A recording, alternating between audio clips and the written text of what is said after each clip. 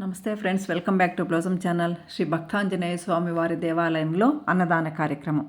అన్నదానం హిందూ సాంప్రదాయాల్లో అత్యంత గొప్ప దానంగా పరిగణించబడుతుంది. అందుకే అన్నం పరబ్రహ్మ స్వరూపమని అంటారు. ఇది ఆకలితో ఉన్నవారికి ఆహారం అందించి వారిని సంతృప్తిపరచడం ద్వారా గొప్ప పుణ్యాలు ఇస్తుందండి. అన్ని దానాల కన్నా అన్నదానమే గొప్ప.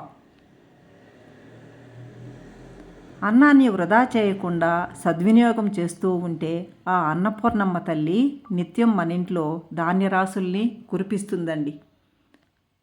అందుకే అన్నాన్ని ఎవరు కూడా వృధా చేయకూడదు. రాముని పట్ల హనుమంతుని భక్తి అపారమైనది. అది నిస్వార్థ సేవ. అందుకే రాముడు హనుమంతుని తన హృదయంలో నిలుపుకుంటాడు. ఎక్కడ రాముడుంటే అక్కడ హనుమంతుడుంటాడు. ఎక్కడ హనుమంతుడుంటే అక్కడ రాముడు ఉంటాడండి. అది వారి ప్రేమ. శ్రీరామ జయ రామ జయ జయ రామ రామ.